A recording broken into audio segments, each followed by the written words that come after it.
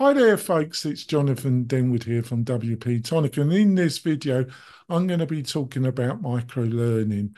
What is it? What are some of the key features that you got to know about it? This is a beginner's introduction to microlearning.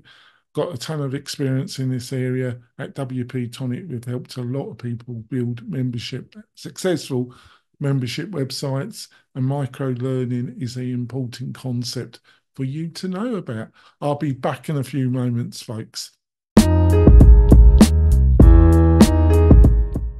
I'm coming back, folks, and in this video, it's all going to be about micro-learning. What is it? Why is it a hot subject? Well, it's a perfect way to teach people online micro-learning. Everybody's busy. Everybody's on a phone, looking at their phone, and micro-learning is a great concept for people that are trying to learn things on mobile devices. So it's kind of hardware meeting the right environment. Micro learning has a long tradition. Um, some of its key concepts comes from behavioralism and from Skinner, who was a leading theorist in behaviorism. He was English as well. So what more could you ask for? And it's basically breaking down concepts into smaller bits. And it's one of the key concepts around the theory of education and learning that to deal with a new concept, it's best to break it down into smaller bits, learn the bits, and then you get the understanding that you can move on to more advanced, intermediate, and advanced subjects. Some people say that there's the sweet point is in the kind of middle intermediate space where the benefits of micro learning breaks down. I don't totally agree with that, but I still think it's a valid point.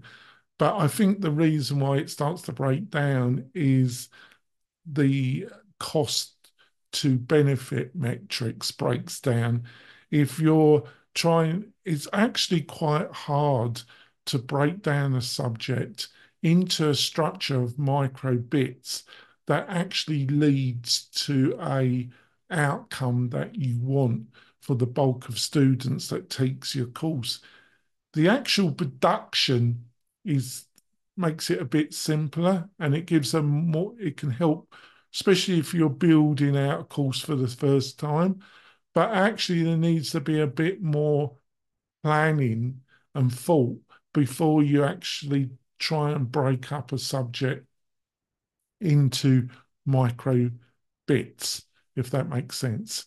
Um, a lot of people, a lot of organizations like micro learning because actually they think they can knock out the course quicker, get it done at a cheaper price, and get the result they're looking for. I think that's delusionary.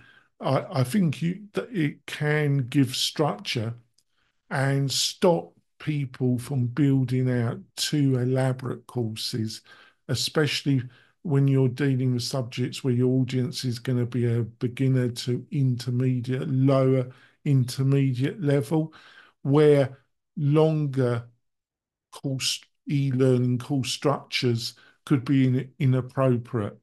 And I find people that are new to building e-learning educational or membership course structures tend to want to throw the kitchen sink. Producing micro learning kind of stops you from going down that path, which I think is a waste of time and energy myself. I've written an article about this that goes into this in a lot more depth. You'll find the link in the video description. And if you found this video useful, it was a micro introduction to micro learning, give us a thumbs up and subscribe to the channel. It really encourages me to make more of these videos. And if you've got any questions, leave them in the video comment section. And if there's any subject you want to cover, tell me there, and I'll produce a video. I'm making videos every week around e-learning, membership, marketing automation. I'll see you soon, folks. Bye.